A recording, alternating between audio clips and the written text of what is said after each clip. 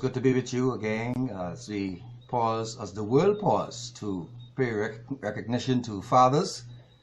Let me take this opportunity to wish all fathers a happy Father's Day during this time and season. Order in the family, in order for us to have order in the family, it requires children or obedient children. The fifth of the 10 commandments set forth the necessity of children obeying their parents. And as we see in the book of Ephesians chapter 6 and verses 2, it says, parental obedience is the first commandment with promise. God is the author of the principle of obedience to children. But it is up to parents, it is up to us parents to expedite that obedience. Children do not come, they are not born equipped with an obedience factor programmed within themselves. God expects obedience by his spiritual children. Since he is a loving father, he deals with his children in a very important way that inspires rather than demand obedience.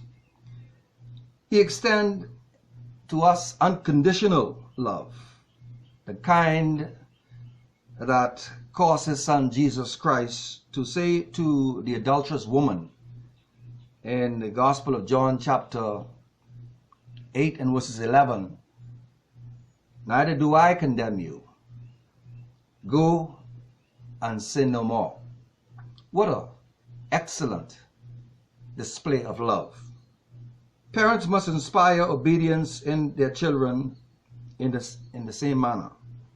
Love should not be dependent upon good behavior. Parental love must be unconditional.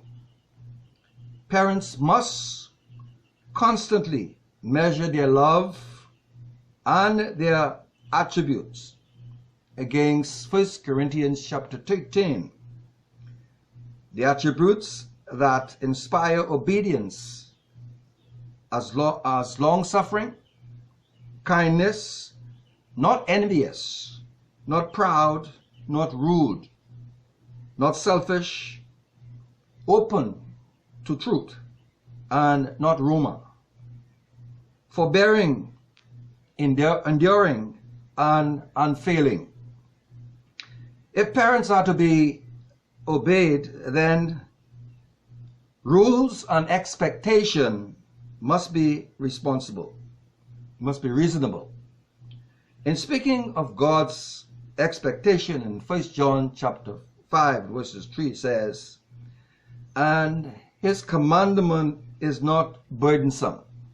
You cannot put heavy burden on your children and expect them to be obedient. But they are reasonable. Number one, if parents' expectation should have certain characteristics in order to be reasonable. Number one, they must be appropriate for the age of and development and level of the child.